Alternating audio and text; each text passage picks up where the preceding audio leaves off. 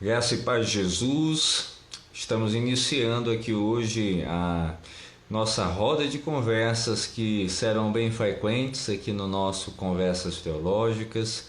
Então, esperamos em Deus que seja um tempo bem especial, tempo de crescimento. A proposta do nosso canal é uma proposta de entrevista, de bate-papo, de entendimento das várias vertentes da teologia. Então, você que está chegando aí, já seja muito bem-vindo, sinta-se em casa e que você possa, a partir desse canal, já ir compreendendo, ir absorvendo um pouquinho daquilo que a teologia tem a nos ensinar. O convidado especial dessa noite é o pastor Rivanildo Guedes. Pastor Rivanildo Guedes, como vocês já sabem, alguns que já assistiram algumas lives anteriores, as quais eu fiz no meu próprio canal ou no canal da Igreja Batista Memorial, ele é pastor da Igreja Batista Unida do Brás, na cidade de São Paulo. Então estamos só aguardando o pastor Rivanildo, que vai entrar para que a gente possa ter esse momento de bate-papo, de crescimento na palavra. Então, Conversas Teológicas nasce com essa visão, com esse entendimento da ideia de gerar aqui, tanto no estado do Maranhão como do Piauí, a rodas de conversa, fomentar o pensamento teológico. Então, o pastor Rivanildo acabou de entrar, só aguardar ele fazer a solicitação para que a gente possa estar aceitando aqui, para que a gente possa dar início a essa noite de bate-papo. Então, muito boa noite a todos aí que já entraram. Então, só aguardar o pastor Rivanildo e vamos iniciar.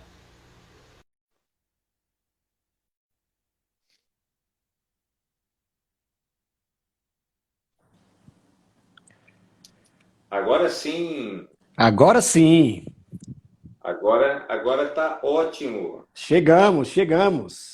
Chegamos, estamos juntos. Boa Como é que noite, você está? gente. Bem demais, graças a Deus. No friozinho aqui de São Amém. Paulo. Hoje o tempo esfriou um pouco mais, mas estamos aqui, juntos, firmes. Coisa boa, Boa noite a coisa todos boa. aí, gente. Deus abençoe cada um de vocês. Obrigado porque vocês acessaram aí o Conversas Teológicas.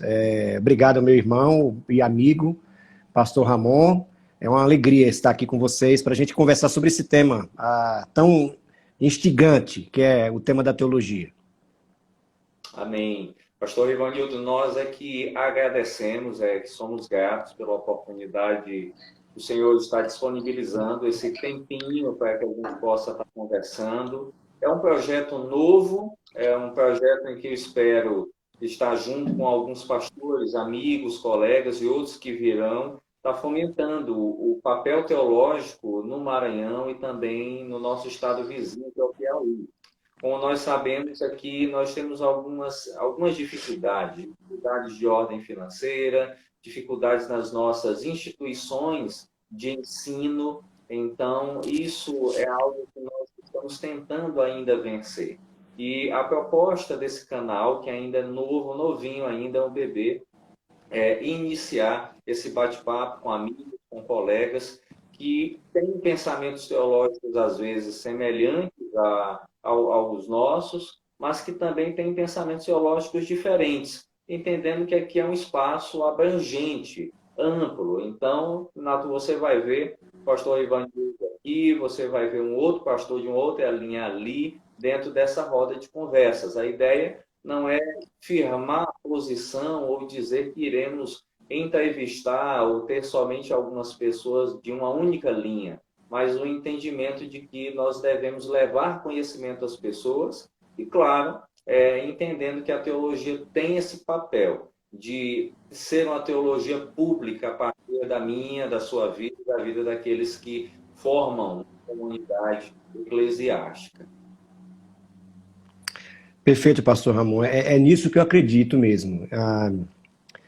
Assim, começando já aqui, né, uma provocação. A teologia, eu sei que você vai fazer perguntas ainda, mas só para a gente começar uma provocação, a esquentar aqui os motores, a teologia, ela é uma ciência, entre aspas, como outra qualquer.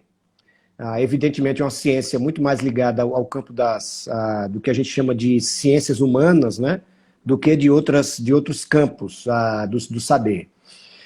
Então, por isso, ela é, ao mesmo tempo, relativa. Perceba, a teologia, não estou falando as escrituras sagradas. Então, é importante a gente fazer essa distinção, que, no meu entendimento, muitas vezes não está claro, principalmente na mente evangélica brasileira, de uma forma geral, certo? De uma forma geral. Então, a gente confunde a leitura que a gente faz da Escritura Sagrada do que ela é em si. Então, a palavra de Deus a Bíblia é palavra de Deus, inspirada, inerrante, enfim, eu assumo aqui todas as prerrogativas conservadoras e ortodoxas no que diz respeito ao entendimento da Bíblia, todas as prerrogativas. Então, eu acredito nisso, é um texto confiável. O que a gente lê ali, nós estamos acessando, grosso modo, a própria revelação de Deus. Eu acredito nisso. Mas uma coisa é isso, outra coisa é a teologia. Então, eu destaco aqui um pensamento muito interessante do Paul Hibbert, que é um antropólogo cristão. No livro dele, importantíssimo, eu li esse livro há muito tempo atrás, quando eu fiz o meu primeiro mestrado, O Evangelho e a Diversidade das Culturas. Quando ele diz assim, teologia com T maiúsculo é apenas a Bíblia. É apenas o pensamento dos autores bíblicos. Aí sim é teologia com T maiúsculo, porque é inerrante e é de fato revelação direta da parte de Deus. Teologia com T minúsculo é o que a gente faz. É o nosso entendimento que fazemos então da palavra de Deus, não é? Então, assim, resumindo então, por isso que é importante nós tentarmos ouvir várias vozes. É impossível apenas uma linha teológica dar conta da complexidade que é a Bíblia. É impossível. Então, assim, com todo respeito aos meus irmãos reformados, mas eles não conseguem abarcar toda a complexidade da Bíblia, nem os pentecostais, nem, enfim. Por isso que nós precisamos ouvir a todos. Eu preciso ouvir um querido teólogo da Assembleia de Deus, eu preciso ouvir um metodista, eu preciso ouvir um reformado, eu preciso ouvir um batista, e assim por diante. Então, a gente só faz teologia, só faz ciência teológica, ouvindo várias vozes. É isso, é nisso que eu acredito. Muito bem pontuado, pastor Ivanildo. A ideia da teologia, falando basicamente a sua definição, a ideia de teos, Deus, logia, estudo, eu sempre gosto de brincar nas minhas conversas aqui, de dizer que, logicamente, é impossível estudar a Deus. Nós estudamos aquilo a qual ele deixou revelado, a sua palavra e, claro, as coisas criadas, a natureza. Nós temos essa percepção. E quando nós começamos realmente a entender o campo teológico e as suas várias vertentes, ao que você pincela e pontua muito bem colocado é que você defende todas as prerrogativas de ordem conservadoras, à luz da Escritura, por assim dizer. Não que a Escritura tenha a palavra conservadorismo, mas isso dentro do linguajar teológico. Mas também você pontua a ideia, a necessidade de diálogo e de entendimento que essas teologias com T minúsculo, que são as teologias, os sistemas teológicos que nós temos, eles são incapazes, ou melhor dizendo, um único sistema teológico é incapaz de traduzir, de explanar claramente tudo aquilo que a teologia com T maiúsculo, que é a Escritura Sagrada, tem a dizer. E a gente, às vezes, acaba entrando numa perspectiva até de preconceito dos outros ramos. Inclusive, há sempre essa discussão dessa questão, o meu lado, a minha vertente. E às vezes, a gente perde esse entendimento de saber que a nossa teologia, que o nosso conjunto de doutrinas e de pensamentos está sujeito, mas muitas vezes, a falhas. Exatamente. E está sujeito, inclusive, querido Ramon, e todos que nos ouvem nesse momento e nos assistem, está, inclusive, sujeito ao tempo. Então é importante dizer isso, que toda teologia, absolutamente toda teologia, ela está, vamos dizer, circunscrita ao seu tempo histórico. Então não tem como negar isso. Então vamos dar um exemplo aqui.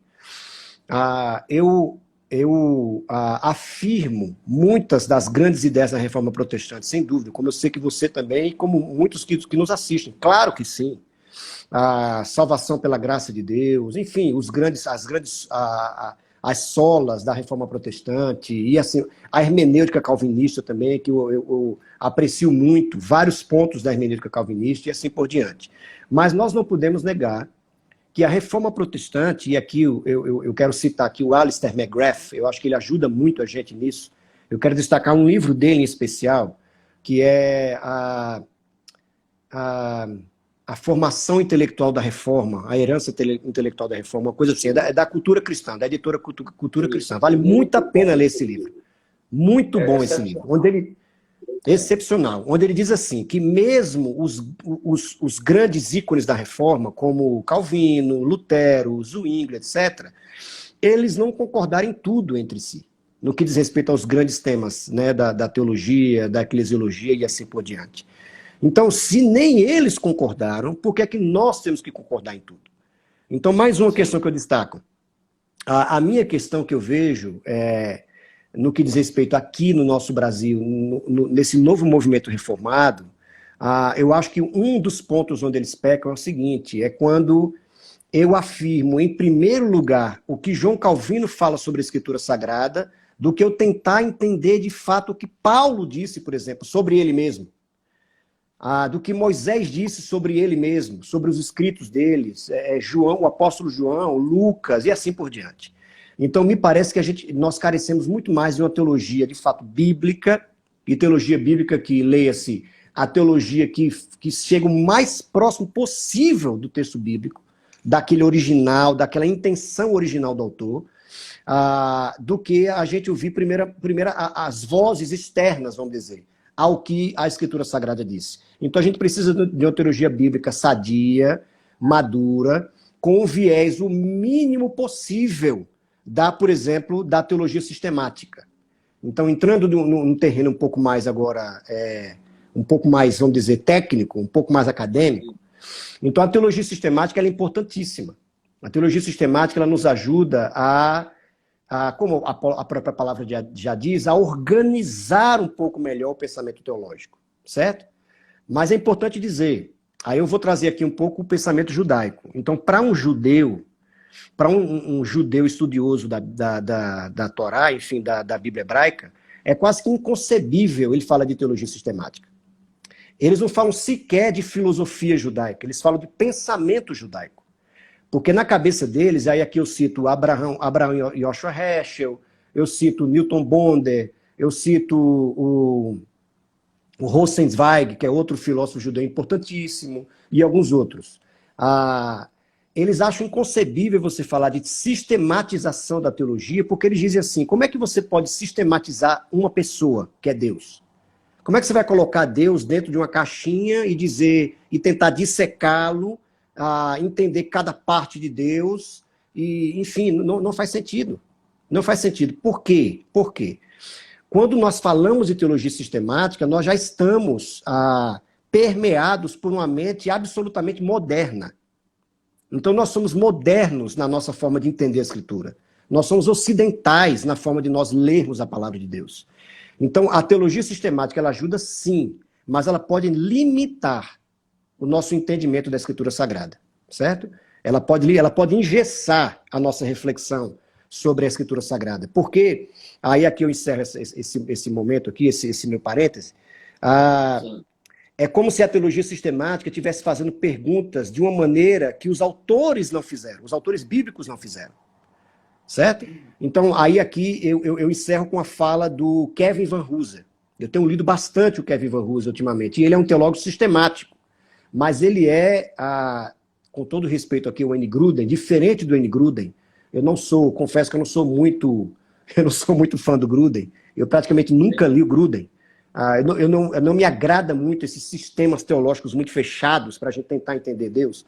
Mas o que é que me agrada no Van Hooser?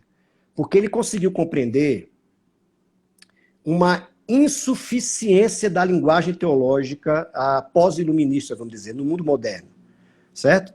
Então, a linguagem teológica, ela se tornou árida demais, seca demais. distante da realidade bíblica, da realidade da Escritura Sagrada. Então ele advoga a favor de uma aproximação da teologia, da linguagem teológica, com a linguagem da literatura, certo? Ele fala muito isso no livro dele, Há um Significado nesse Texto, um livro muito antigo, da editora Vida. Vale a pena ler esse livro dele também. Há um significado nesse texto. Então ele advoga a favor disso, de uma aproximação do método teológico, do método da literatura, certo? Que é um método muito mais, vamos dizer, humano, é um método menos, entre aspas, científico moderno, muito mais da intuição do que da razão puramente. E me parece que o Kevin Van Hooser acerta em cheio, porque a literatura ela está muito mais próxima da Bíblia. Certo? O método da literatura está muito mais próximo da maneira dos autores bíblicos raciocinarem e pensarem. É isso. E aí você entra num terreno que é uma discussão, e aí eu puxo para essa discussão, que é a ideia, teologia sistemática ou teologia bíblica. As pessoas vão sempre trabalhar, e é bom pontuar que a minha visão particular é que a teologia sistemática ela tem um papel importante no tocante à ideia de querer organizar os assuntos, de transformar a teologia ou o imenso conteúdo bíblico em pequenas gavetas que podem ser compartilhadas e podem ser abertas ali para você consultar. Porém, nós temos aí uma grande dificuldade. Por exemplo, quando você citou Gruden, na minha formação, Gruden foi utilizado. E Gruden é um cara que ele tem uma vantagem e uma desvantagem, na minha opinião. Qual a vantagem? Ele fala de modo simples e consegue chegar, digamos, a um leitor leigo, a um teólogo que ainda está engateando. Mas talvez esse seja o objetivo de Gruden realmente. Porém, corre-se o risco de, dentro dessa questão, as respostas, talvez, de Gruden sejam respostas bem fechadas. E aí é onde você cai, né? E aqui, quando eu digo fechadas, não estou dizendo que as respostas têm que ser relativistas, longe de mim isso. Mas a gente tem que entender que, às vezes, as perguntas e as colocações são as nossas colocações, as nossas perguntas, e não as perguntas e as colocações do autor bíblico, como você bem colocou. Às vezes, a lente, o óculos que eu estou usando, é o óculos de Calvino, é o óculos de Lutero, que está, muitas vezes, restrito a um tempo, restrito a uma época. Não que esse óculos, não que essa interpretação, ela não tenha uma validade, uma validação para o dia de hoje. Mas muita coisa, ela se encaixa naquele tempo. Agora, a verdade bíblica, ela é eterna, ela ultrapassa a geração. Isso. E aí você vai as pontuações de Paulo, as pontuações de Pedro, as pontuações de João, de Mateus, de Lucas, são pontuações e análises que elas têm aplicações práticas para hoje e para o amanhã, porque elas são corroboradas pelo próprio Deus. Agora, aquilo que Lutero e Calvino fizeram, que é algo grandioso, que é algo poderoso, como você bem citou, que em muitos pontos não se chegaram a um consenso, são coisas que valem, mas a gente deve ter essa percepção. Mas eu queria ouvir de você qual é o seu agrado. Você entende que a teologia bíblica, você seria mais um teólogo bíblico ou sistemático, apesar de que eu já tenho talvez um pouquinho de noção de qual seja. Ramon, boa pergunta. Eu começaria tentando trazer uma definição, assim, para início de conversa sobre o que eu entendo, qual seja o papel da teologia, que é o nosso bate-papo de hoje, né? Sim. Eu acredito que o papel da teologia, o que eu escrevi recentemente no livro meu, Precisamos Falar sobre Pecado. Então, o papel da teologia, na verdade, é tentar mostrar para nós a melhor maneira de viver. A melhor maneira de viver para Deus e para o próximo. Esse é o papel da teologia. Então, o papel da teologia não é, a princípio, discutir os grandes temas teológicos. Isso faz parte do papel dela. mas ela discute o conceito para depois nos levar a viver uma vida melhor, a partir de um conceito bom de teologia. Então, mais uma vez, eu vejo que um dos problemas que temos no pensar teológico aqui do Brasil é que a gente só fica em torno da discussão do conceito. Livre-arbítrio, predestinação, esses assuntos que me parecem, certo? Olhando aqui com um olhar muito mais da teologia bíblica, são periféricos à teologia. Na verdade, era periférico, inclusive, no pensamento de Calvino. Então, para chegar na sua pergunta, eu quero passar por um caminho no início. Eu defini, então, na minha concepção, uma boa definição de teologia, que é como é que a gente pode viver melhor para Deus e para o próximo. Então, a teologia me ajuda a entender isso, ela clareia o meu caminho para isso. Essa é uma primeira questão. A segunda questão que é importante. Quando a gente vai falar de Calvino, por exemplo, eu acredito que a grande minoria das pessoas que querem trazer os grandes pensamentos de Calvino sequer leram, por exemplo, o grande tratado teológico de João Calvino, que são as Institutas da Religião Cristã. Então a gente tem que ler as Institutas para a gente entender de fato qual foi a prioridade de Calvino no seu pensamento teológico, vamos dizer, no seu edifício teológico. Muito bem.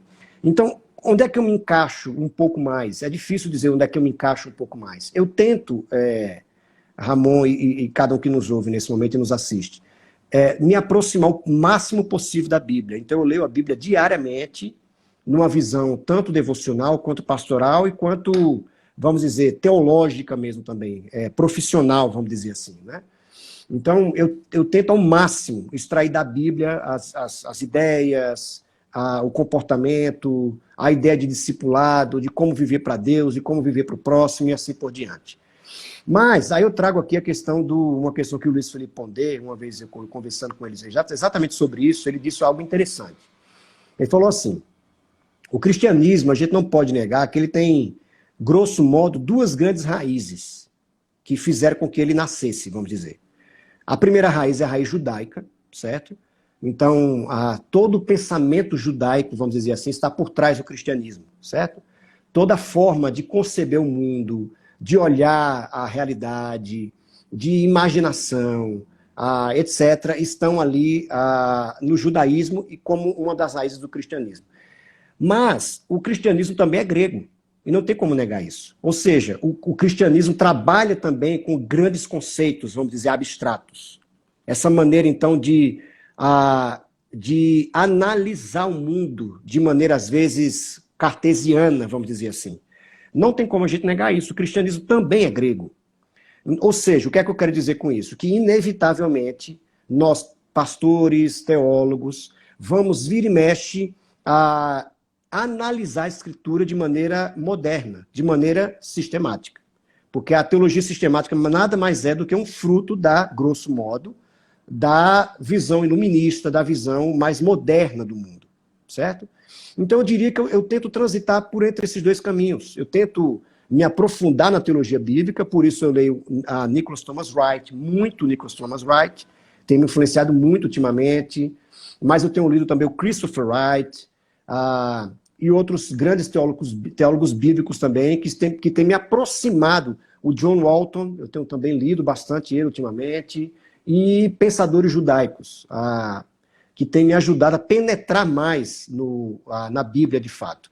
E teólogo sistemático, como eu já coloquei, quem muito tem me influenciado ultimamente, eu vou colocar ele aqui como sistemático, mas ele não é necessariamente, ele é mais um filósofo da religião, o Santo Agostinho, e, ultimamente, o Kevin Van Hooser. Eu devo muito ao Kevin Van Hooser, eu acho que ele tem ideias muito boas e muito interessantes. Muito bom, muito bom. Então, fica claro esse transitar, né? Esse beber nas duas fontes, o que é totalmente compreensível, tendo em vista que é uma discussão que está aí rolando há muito tempo, e é muito difícil realmente da gente se posicionar entre uma e outra.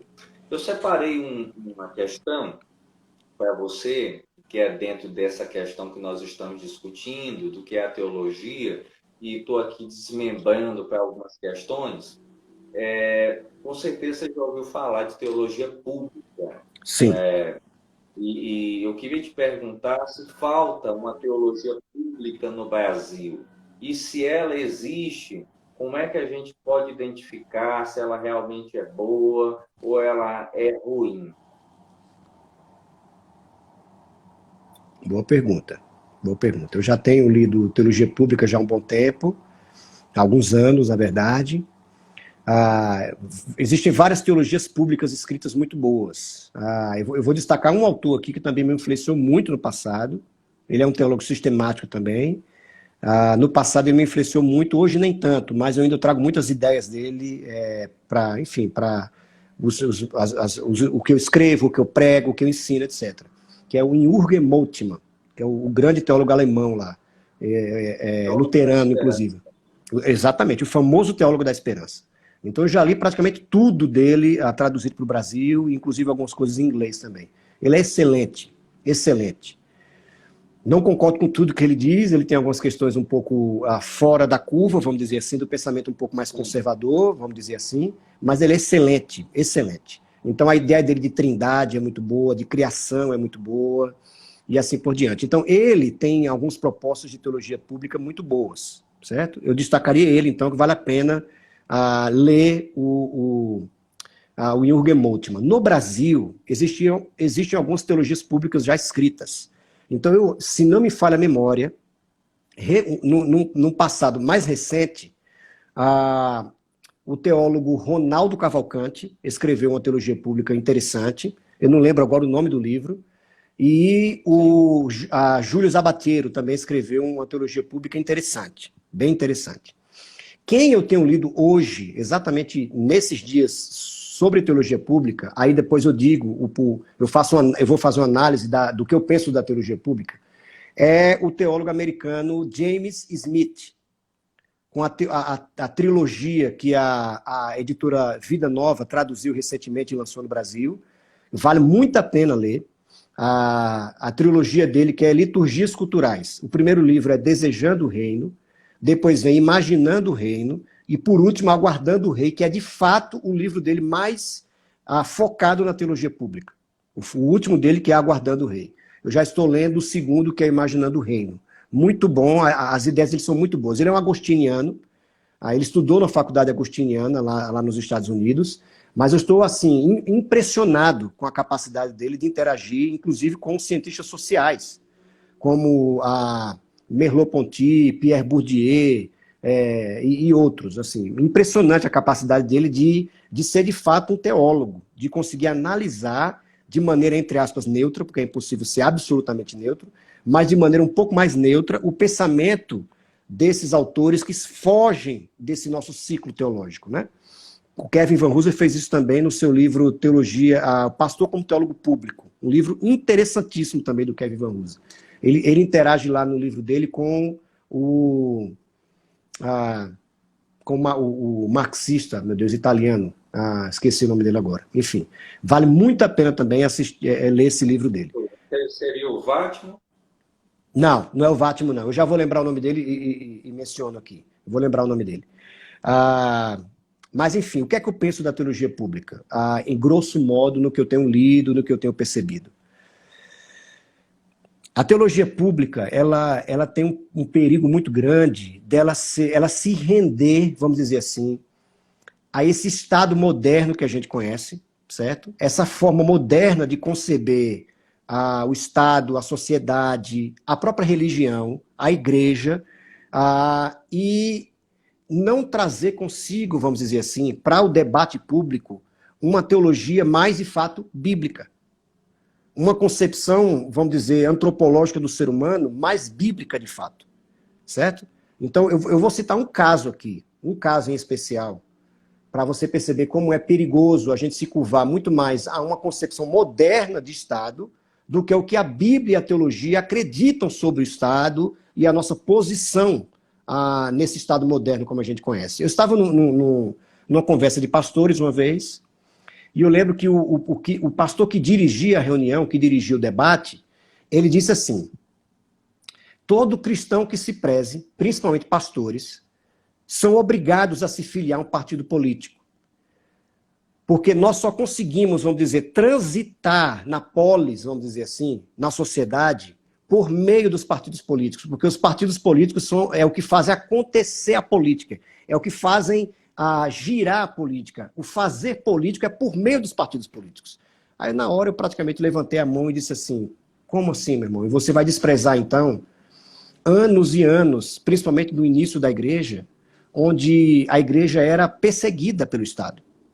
A igreja sequer tinha voz no Estado, principalmente nos 3 primeiros séculos. Então, aqui eu cito um outro livro, quem quiser ter curiosidade de conhecer um pouco mais sobre esse assunto, o livro de um sociólogo americano, um sociólogo da religião americano, chamado Rodney Stark. O livro dele chama-se O Crescimento do Cristianismo. Então, ele analisa nesse livro a razão do crescimento da igreja, do crescimento assustador da igreja cristã nos 3 primeiros séculos da era cristã. Então, gente, nos 3 primeiros séculos da era cristã, a igreja era perseguida pelo Estado romano. Então, e nem, claro, que nem existia a ideia de partido político. Claro que não. É óbvio que não existia. A ideia de partido político é uma criação do mundo moderno, do Estado moderno. Então, eu falei assim, poxa, isso não faz sentido. Nós fazemos teologia pública dessa maneira. De você se curvar diante de uma concepção moderna de Estado. Então, o que é que eu quero dizer com isso? Eu não estou dizendo para nós não nos distanciarmos da política, não é isso que eu estou dizendo. Eu estou dizendo o seguinte, o que é de fato que está o mais próximo possível das Escrituras? O que é que está o mais próximo possível da concepção de igreja na sociedade? E que pode, então, através desse conceito bíblico, a gente se comportar na sociedade moderna. É isso que eu quero dizer. Certo? Então, para mim, teologia pública, então, ela tem que, primeiramente, ser uma teologia que nasça das Escrituras. Ela não pode ser uma teologia que nasça simplesmente das grandes ideias da ciência política. Entende, Ramon? Porque se a gente pensa dessa forma, nós estamos sendo muito mais modernos do que bíblicos, do que cristãos, do que teólogos, de fato, certo? O teólogo, aí aqui eu trago um outro grande teólogo britânico, também esqueci o nome dele, está me fugindo muitos nomes hoje, quando ele diz assim, que a teologia que não nasce da Bíblia, ela é filosofia da religião. Então a teologia nasce das Escrituras Sagradas, a teologia nasce da Bíblia. Então, resumindo aqui a minha questão, fiz todo esse panorama aqui para dizer o seguinte, a teologia pública escrita no Brasil, aí eu trago uma crítica, ela é muito mais moderna, certo? No sentido dessa coisa estrita de separação igreja e Estado, essa ideia de defender com unhas e dentes a laicidade do Estado, que isso é uma questão que um dia a gente pode conversar sobre isso, a gente talvez faça uma live só sobre isso, só sobre essa ideia de laicidade. Aí aqui eu cito outro autor, quem quiser ler, Christopher Dawson, um grande historiador, no seu livro Os Deuses da Revolução, onde ele fala sobre a Revolução Francesa, que é ali que nasce, basicamente, a ideia de laicidade, né? É na Revolução Francesa. Então, eu cito o Christopher Dawson, que é importante, principalmente nós brasileiros, lermos. Então, só fazendo uma questão aqui, eu não quero polemizar, mas acho que é bom para esquentar um pouco o debate. Então, a gente vê muita gente batendo no Bolsonaro, muita gente. Eu não sou bolsonarista, de forma alguma, é bom dizer logo de passagem. Mas, e muitos arrotam essa ideia, não, o Estado é laico, o Estado é laico, o Estado é laico. Cara, vamos estudar um pouco o que é laicidade. Vamos estudar um pouco quais as consequências nefastas que a França tem até hoje, porque começou com essa ideia de laicidade do Estado. A pergunta é, qual é o melhor modelo, vamos dizer assim, de um país laico? Qual é o melhor modelo? Eu creio que sim, a gente tem que fazer a separação entre igreja e Estado. Nós temos que fazer essa separação, concordo. Mas até que ponto isso vai? Até que ponto? Então, muitas vezes, nós pastores, nós teólogos, atiramos no próprio pé, porque a gente quer arrotar uma ideia de laicidade, uma vez que a gente nem sabe onde nasceu a ideia de laicidade, por que foi criada, como chegou no Brasil, quais as consequências para um Estado ser absolutamente laico e assim por diante. Certo? Então, é isso. Fecha-se o parênteses. Muito interessante. Falei demais, desculpa, falei demais, mas eu acho que a pergunta exigiu um pouco todo esse panorama aqui. É importante porque, assim, quem está nos ouvindo e vendo tem que ter essa compreensão, e é bom que cada um já vá entendendo tendo esse panorama, porque é como a gente estava discutindo sobre teologia sistemática. A ideia não é dar uma resposta pronta. A ideia não é pegar um pacotinho fechado e Isso. entregar, mas é construir na mente de quem está nos ouvindo e vendo algo para que ele busque, para que ele leia, para que ele perceba.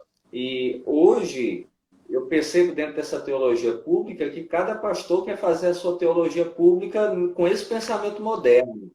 É o pensamento ele já pensa já automaticamente ligado a uma estrutura partidária. Ele já pensa automaticamente entendendo que política, justamente como você falou, está ligado ao partido político. Então ele já crava, eu sou petista, eu sou bolsonarista, eu sou comunista, enfim. Ele vai ampliando esse leque e vai apenas tratando de uma teologia pública que é muito restrita a uma questão partidária, e nós sabemos como é a questão partidária do Brasil, e se esquece de discutir como Moltmann, que, claro, que não sou criança para dizer que Moltmann não tem um posicionamento político. O posicionamento dele é claro, a gente sabe qual é. Mas ele trata de questões com propriedade.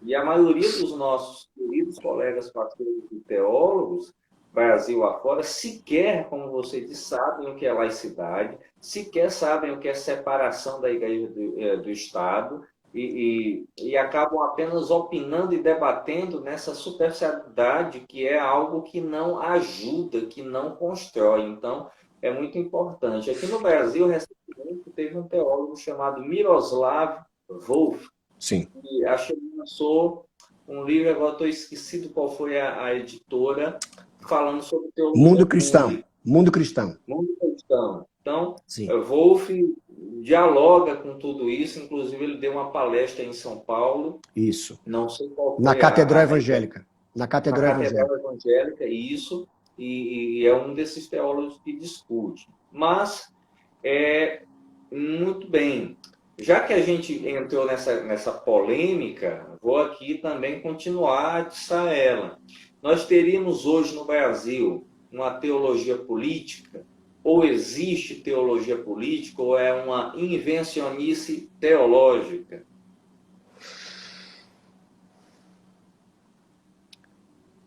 Nós não podemos falar... Vamos definir uma coisa primeiro aqui, né? Tudo que nós fazemos sempre vai ter um viés político, né? Não político partidário.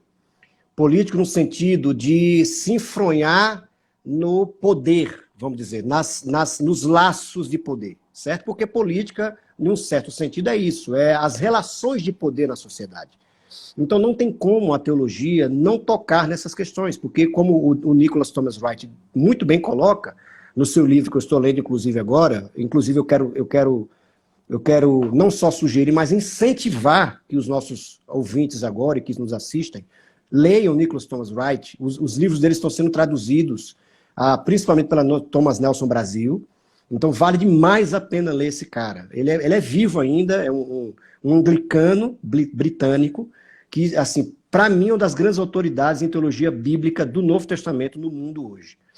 Mas, enfim, ele toca nessa questão, que Jesus ele teve também um linguajar político, mas nesse sentido de mostrar que o reino de Deus é superior aos poderes humanos. É isso. Não é esse político que a gente vê hoje.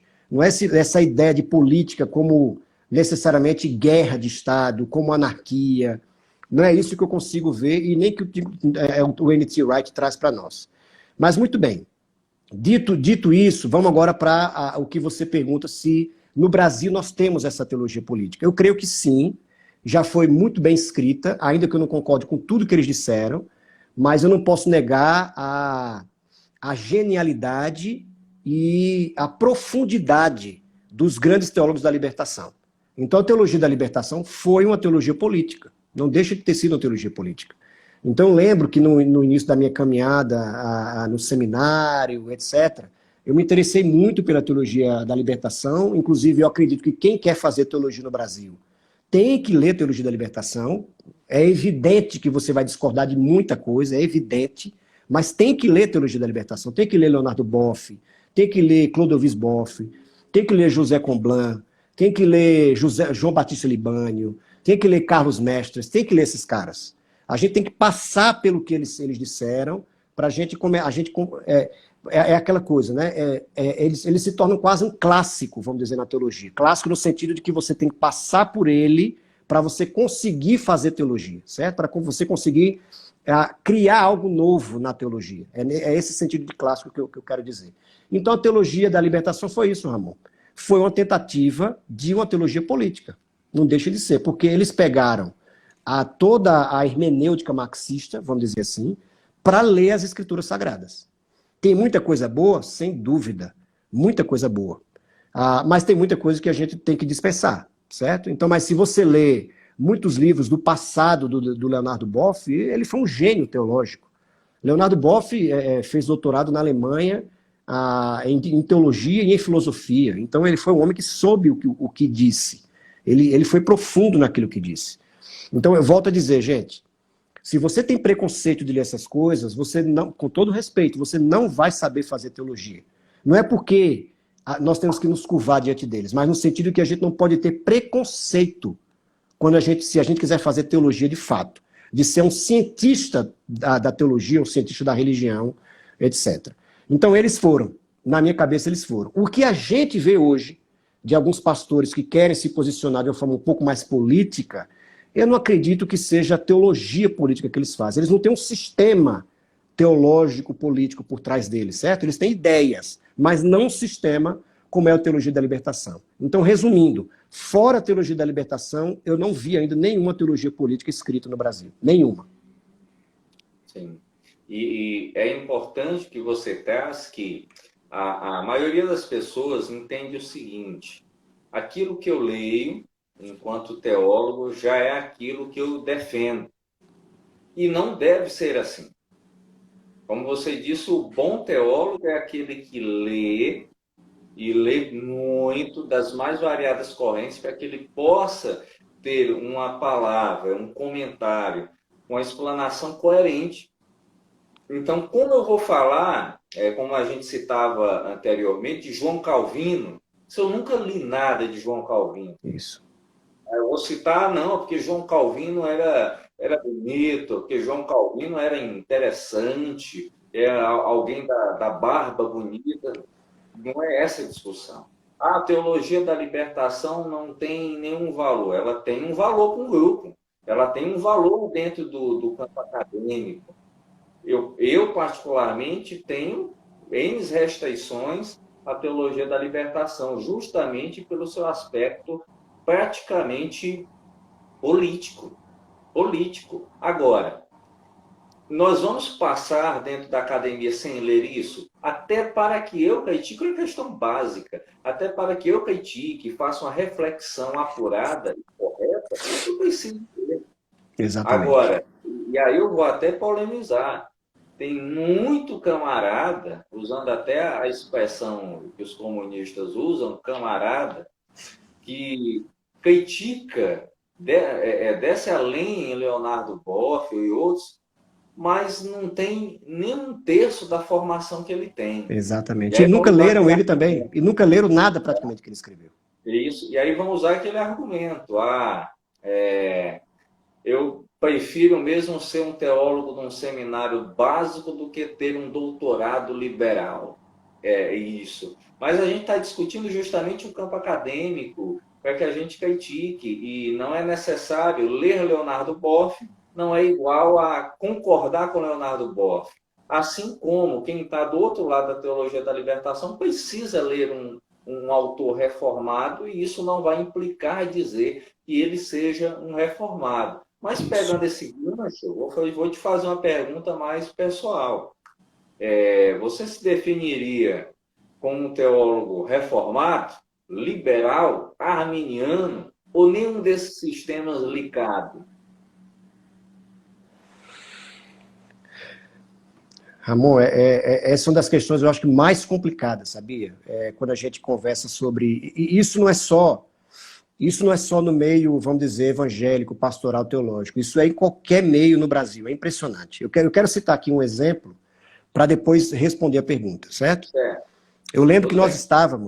nós estávamos, acho que 3 anos atrás, mais ou menos, um grupo de pastores, de líderes jovens, pastores jovens, daqui do Brasil, mas de vários lugares do mundo também, mais ou menos 1.000 jovens, líderes jovens, no Congresso de Lausanne, no encontro que Lausanne promove, o movimento Lausanne, que todos conhecem, né, que começou com Billy Graham e John Stott, em 1974, em Lausanne, lá na Suíça, e, enfim, e perdura até hoje, um movimento global de evangelização. De 10 em 10 anos, o Lausanne promove o encontro Lausanne Jovem, para pastores e líderes. Então nós fomos lá, uma delegação grande aqui do Brasil, e passamos ali, eu acho que 12 dias mais ou menos, na Indonésia, em Jacarta. E uma das preletoras foi Marina Silva. Marina Silva foi a única brasileira, na verdade a única latino-americana a falar lá no evento. Aí eu lembro que depois da fala dela, nós reunimos a delegação brasileira, o líder da delegação era o Marcos Amado, o missiólogo Marcos Amado, e nós fomos conversar com ela numa sala reservada lá. Aí eu lembro que o pessoal começou a fazer perguntas, eu levantei a mão, pedi a palavra e fiz uma pergunta a ela, e ela depois agradeceu pela pergunta. A pergunta foi a seguinte: Marina Silva, você não acha que já está na hora do pensar político no Brasil não está mais ligado a uma agenda específica, direita ou esquerda, mas a gente conseguir criar uma agenda que suplante ou que esteja acima dessas agendas, de modo que, por exemplo, se eu sou de direita, eu tenho que pensar de um jeito. Se eu sou de direita, eu penso de tal jeito, é mercado, é não sei o quê, de esquerda é agenda progressista, é agenda não conservadora, etc. Aí eu lembro qual a expressão que ela usou. Ela falou assim: isso é um colírio para os meus ouvidos. Ela até disse brincando, é um colírio. Colírio é para os olhos, claro, mas colírio para os ouvidos, no sentido assim, finalmente nós estamos começando a pensar dessa forma, porque é o certo. É isso. A gente não tem que ter uma agenda ligada a uma ideologia específica, entendeu, Ramon? A um partido específico, é isso. Então, tendo dito isso, eu usei isso para ilustrar, para mostrar que a questão é muito maior do que a gente imagina. Ela abarca o campo brasileiro de uma forma geral. Então, por exemplo, se você é de direita, você só pensa como uma pessoa de direita, de esquerda e assim por diante. Então, se eu fosse tentar me definir, eu diria que eu me encaixaria no que chamam de evangelical, uma perspectiva mais evangelical, que é a perspectiva exatamente que o Pacto de Lausanne tentou imprimir enfim, na consciência dos pastores e líderes ao redor do mundo, né? Que é a herança de John Stott, do Billy Graham e de tantas outras cabeças que passaram pelo movimento de Lausanne. Então, é um movimento, vamos dizer, que não se encaixa em nenhuma caixinha dessa específica, entendeu? Então, a gente tem um pouco de carismático, tem um pouco de reformado, tem um pouco eu não vou dizer de liberal, mas é uma teologia mais crítica, vamos colocar crítica, eu acho que é melhor que liberal, uma teologia mais crítica e assim por diante. Então, é um mix em todos eles, certo? É mais como um evangelical, certo? Eu gosto demais de muitas perspectivas da reforma, mas também admiro muito alguns autores pentecostais que eu tenho lido, como eu cito um deles aqui, o Craig Keener, o Gordon Fee, que são teólogos excelentes e são pentecostais, assumidamente pentecostais, certo? Então, assim, é complicado. Eu não consigo dizer que eu sou isso, eu sou aquilo. Você é reformado. Aí eu vou dizer assim, depende do que você chama de reformado. Depende do que você chama.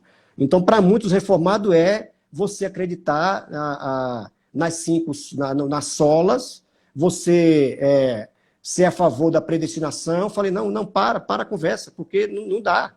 Não dá para a gente se definir dessa forma. É resumir demais o nosso debate. Certo? Então, resumindo a história, eu me encaixaria mais no que se chama de evangelical. É isso. Eu sou mais uma herança do Pacto de Lausanne. É isso. Sim, muito bem. Como é que você enxerga, pastor Ivanildo?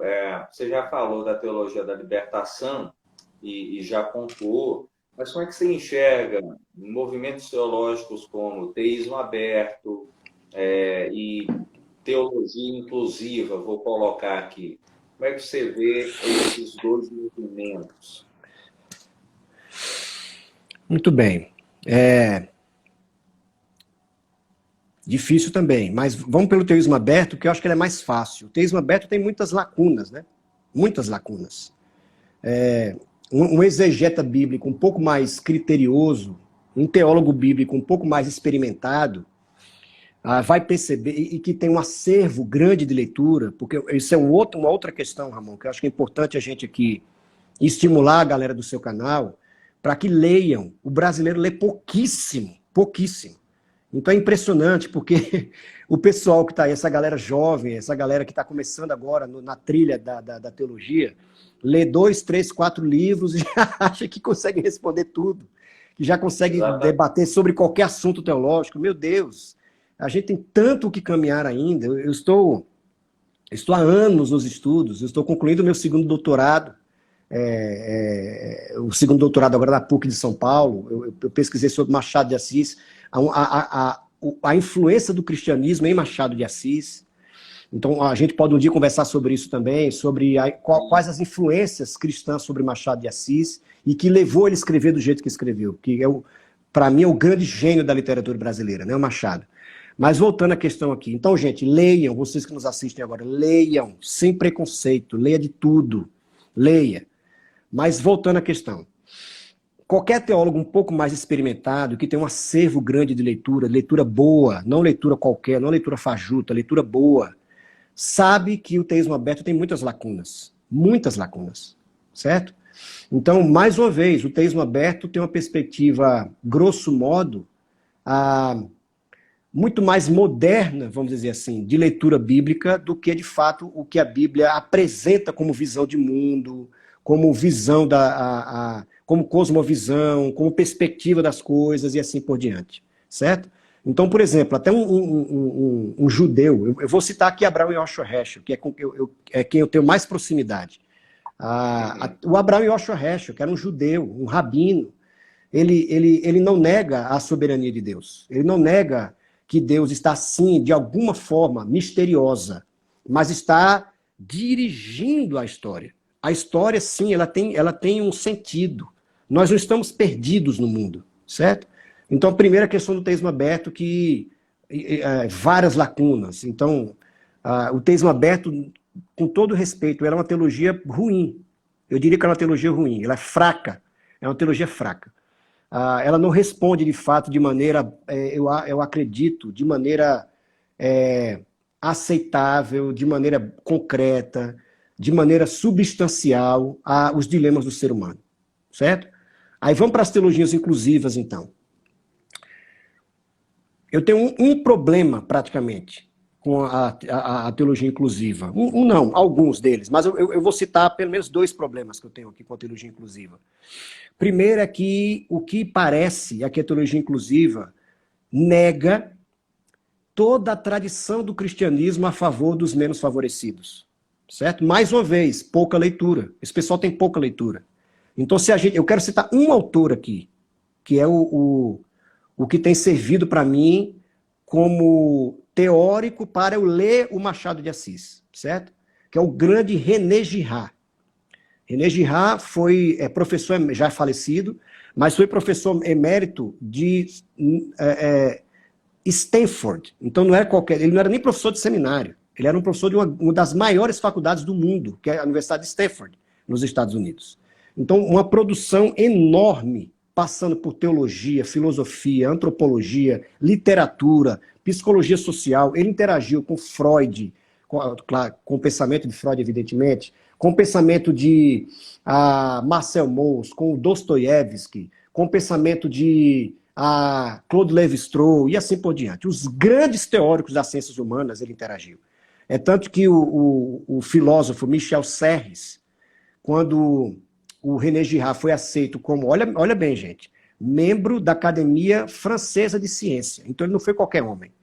Ele foi membro, e ainda é, né, imortal, da Academia Francesa de Ciência, uma das grandes instâncias científicas da França.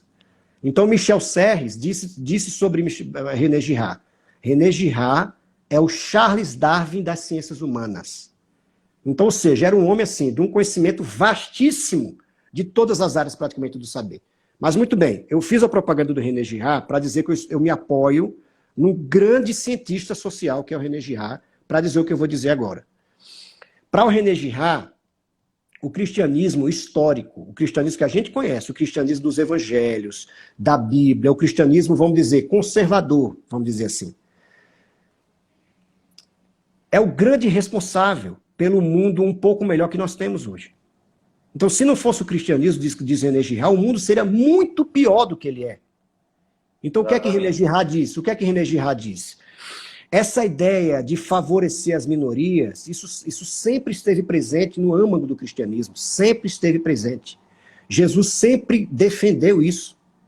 Jesus sempre defendeu os menos favorecidos, as viúvas, os pobres, os órfãos, e assim por diante. Então, se nós ainda temos, aí eu trago mais uma vez o René Girard, se nós temos, por exemplo, por que que a ONU, por exemplo, cria, não a ONU, né, mas assim, por que que nós criamos no mundo ocidental a ideia de direitos humanos? Não a ONU já pegou isso já encaminhado. Por causa da visão cristã de mundo, isso é claro. Qualquer um que leia um pouco mais de ciência social e que lê os grandes sociólogos sabe disso. Não tem como a gente negar isso. Que o cristianismo é o grande responsável por nós pensarmos de maneira mais, vamos dizer, solidária. Solidária. De maneira mais democrática, vamos colocar. Apesar de que essa palavra também já começa a encontrar problemas, né? Mas, enfim, a gente pode usar ela ainda. A democrática, solidária, fraterna, essa ideia de olhar para o outro com um olhar de carinho, um olhar de amor. Isso é, gente, isso é o cristianismo que está nas raízes do mundo ocidental, mas a gente não... O problema é que as teologias inclusivas não conseguem aceitar isso. Eu não sei se é porque não leram muito, ou é porque, como o Luiz Felipe Pondé diz, uma questão de caráter mesmo, de mau caratismo. De não conseguir admitir a realidade, a verdade. Ou seja, querido Ramon e todos aqueles que nos assistem nesse momento, para nós favorecermos aquelas pessoas, as minorias, como a gente chama, você não precisa negar o cristianismo histórico. Você não precisa ferir as escrituras sagradas. Você não precisa tentar mudar a ideia de Deus. A ideia de que Deus é paternalista, ou Deus é autoritário, ou Deus, vamos mudar a ideia de Deus agora de pai para mãe. Você não precisa fazer nada disso. Você simplesmente, apenas isso, afirme as verdades fundamentais do cristianismo. Que você vai ver que nós vamos incluir todo mundo que precisa ser incluído. Então, as teologias inclusivas têm algumas coisas interessantes? Sim. Tem algumas coisas interessantes, sim. Porque, de fato, nós vivemos num mundo cruel. E as teologias inclusivas, elas vêm para nos lembrar de que, em alguns pontos, nós estamos esquecendo, vamos dizer assim, da mensagem cristã. Mas, para mim, qual é o grande ponto de falha das teologias inclusivas? Tentar negar a historicidade dos evangelhos, tentar negar as grandes verdades do cristianismo conservador, vamos colocar assim, ortodoxo. Para mim, esse é o grande problema, certo? Então, para todos aqueles que nos assistem, você pode ser alguém, entre aspas, inclusivo, solidário, mas sendo um cristão, de fato, de raiz, vamos dizer. Não um cristão Nutella, certo? Um cristão de raiz. É possível. Sim. Muito bem, muito bem. Ramon, desculpa falar muito, mas assim, são perguntas tão complexas que eu não posso responder de maneira simplista. Eu tenho que aprofundar um pouco mais para a gente abordar de uma maneira um pouco mais ampla, certo? As perguntas. Tranquilo, relaxe quanto a isso. Pastor Ivanildo, para quem não sabe, também é cientista da religião. E dentro disso, como é que você vê a importância do diálogo da ciência da religião com a teologia? Alguns acabam achando que a ciência da religião está querendo tomar o papel teológico. Eu, particularmente, sou contrário a isso. Eu entendo que esse diálogo ele é perfeitamente aceitável, cabível, mas eu queria ouvir de você, que é um cientista da religião, que tem caminhado nisso, como é que você vê esse diálogo? Muito bom, Ramon. Então, assim, deixa eu contar um pouco da minha trajetória, né? Então, eu me converti aos 15 anos de idade, eu nasci no lar espírita kardecista, toda a minha família, eu sou a primeira geração de cristãos da minha família, junto com minha mãe, com minhas irmãs. Os meus filhos é que já são a segunda geração de cristãos. Então, eu não nasci no lar evangélico. Então, eu me converti, 2 anos depois eu fui para o seminário, eu me converti aos 15, aos 17 eu já estava no seminário para ser pastor, então foi uma conversão assim, radical, e meu chamado também foi muito radical, e eu aceitei de cara logo o meu chamado e entrei de cabeça. Só um segundo. Estamos aí com 20 segundos para encerrar uma hora de Opa! live. Ixi! Então vamos resumir. Vamos continuar? Dá para Nós podemos, continuar? vai cair e eu reinicio de novo. Vamos, vamos. Se o pessoal quiser, tamo junto. Tô aqui. Pois vamos junto, galera. Só vai cair, mas nós vamos já voltar. Então segura aí, é só um comercial rapidinho. Tá bom.